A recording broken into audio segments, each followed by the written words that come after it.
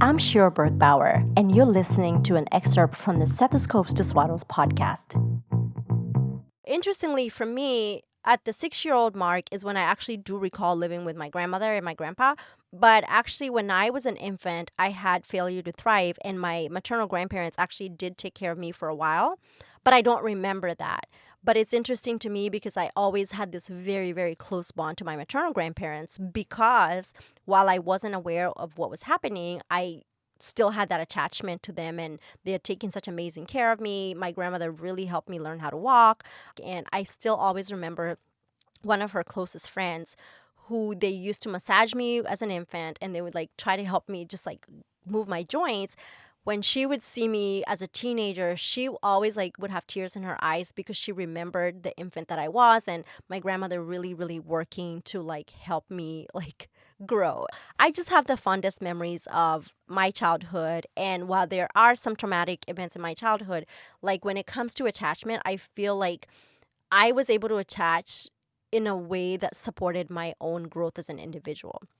The other thing is how your childhood experiences influence your relationship with your others as an adult. And it's so clear to me because being from a family that was very close and having a lot of people around, as I grew older, I tended to gravitate towards having a lot of friends and just being the person that people could come to and people could talk to and people felt comfortable in.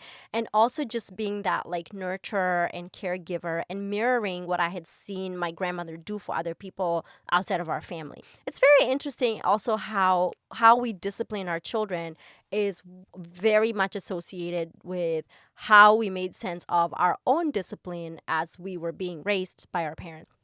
Just because either if you were raised in a certain way and discipline, for example, was physical discipline, you may find yourself like either shying away from that and being really turned off from them, or that being your default. As an adult, I was physically disciplined, and as a parent, I have chosen a different approach from that because I just know that it didn't work for me. It didn't change my behavior. It just made me more afraid of the adults around me. Third thing is how we keep it together and how we fall apart. So this is the concept of the high road and the low road.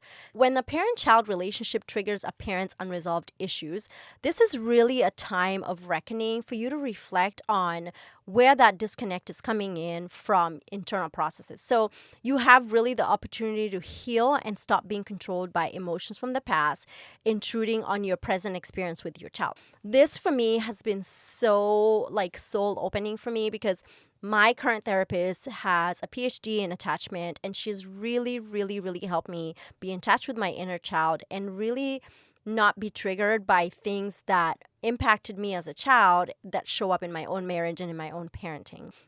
If you feel like you're finding yourself stressed or you find yourself in situations with your children that trigger past unresolved issues, it may actually make you shut off and become very inflexible. And this aspect of being inflexible can be an indication that you're in a totally different state of mind that actually prevents you from thinking clearly and maintaining an emotional connection with your children. So this is what the authors call the low mode of processing. And when you're in that lower mode of processing, you're taking the low road because you get flooded by feelings of fear, sadness, or rage. And these intense emotions can really, really, really cause you to have knee-jerk reactions instead of thoughtful responses. When those emotional reactions like replace your own mindfulness, then you're on the low road, and it's so very unlikely that you'll be able to maintain a nurturing and connecting relationship with the children or your child. How we disconnect and reconnect, which is how we rupture and repair, is so important in us being able to understand how our communication with our own children can really forge different, dynamics. What we talk about is that it's very inevitable that every parent will have some sort of misunderstanding, argument, or some sort of communication breakdown with your children. And that's a rupture. It's going to happen. There is no perfect parent. There is no perfect relationship. It's going to happen.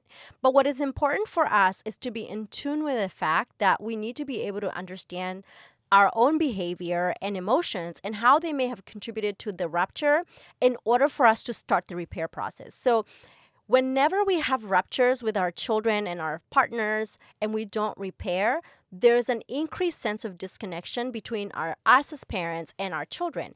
And the longer that disconnection takes, the longer it is possible, and it sets the perfect recipe for creating shame and humiliation.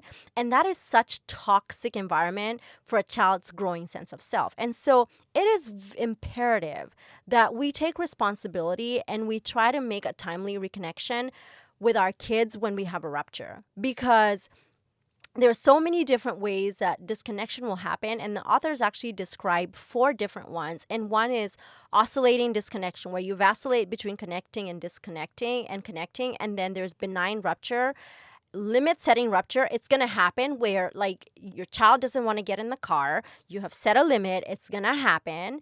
You can't avoid it. Like, you will sometimes have to tell your child, I'm going to have to physically move your body for you and place you in the vehicle, right? And then there's toxic rupture, which is like the worst part of it. Is like, it's just toxic. You haven't really reached emotional adulthood as a parent, and you start rupturing with your children and getting really, really triggered by things, which then reflects in your relationship with your child. The next one is how we develop mindsight and the idea of connection and reflective dialogue. As parents, we can be really intentional and mindful, and we can learn ways of being with our kids that promote the development of presence, kindness, empathy, and compassionate understanding. And this is rooted in our own compassionate self understanding. I always remember an episode, and I think it was Super Soul Sundays, and Oprah Winfrey was interviewing Lin-Manuel Miranda. If you don't know who Lin-Manuel Miranda is, I cannot start to explain that to you, but he is a genius behind the Hamilton musical, In the Heights musical. He's a lyrical genius. That's another story for another day. But Oprah asked him, about his childhood, and he talked about the fact that his parents worked 2 jobs. They were always busy. They were gone a lot of the time. And what he found himself going through was this feeling like he needed to have some creative outlet, and so that's how he became who he was. And so he grew up in a very humble family, and so now he's in a place in his life where he has, he does not want for anything. He's comfortable financially. He's living a best life, right?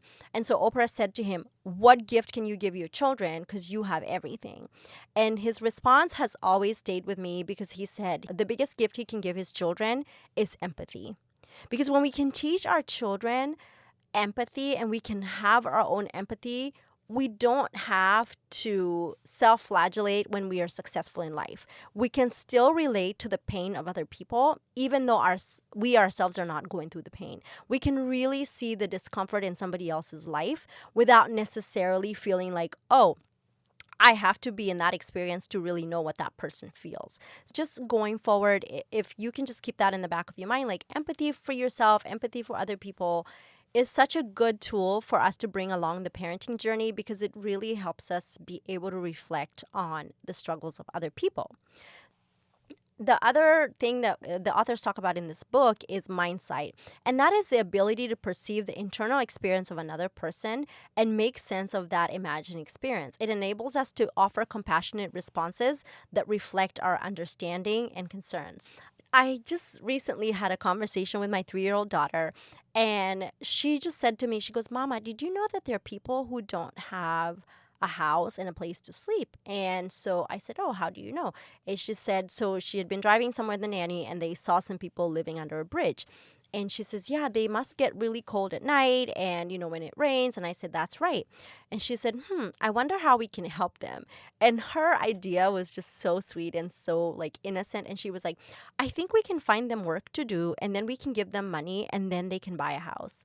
And, as a parent, I think that to be able to see that your child can perceive the needs of other people and really be in tune with their needs, it really pulled at my heartstrings, because I thought, here's a 3-year-old person who understands that not everybody has a house to live in, and she's 100% grateful for what she has, but she's also trying to think of ways in which she can understand, like, these people are cold at night, or when it rains, like, where do they go? I felt like, okay, I think I'm starting the process of teaching her empathy without actually knowing that I'm teaching her the process of learning empathy.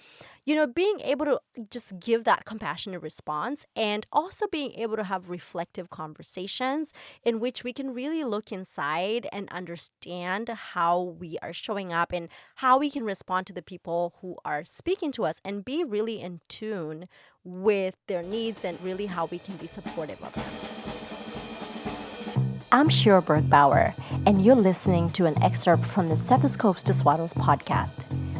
You can listen to the whole episode wherever you get your podcasts, and look out for new episodes out every Monday.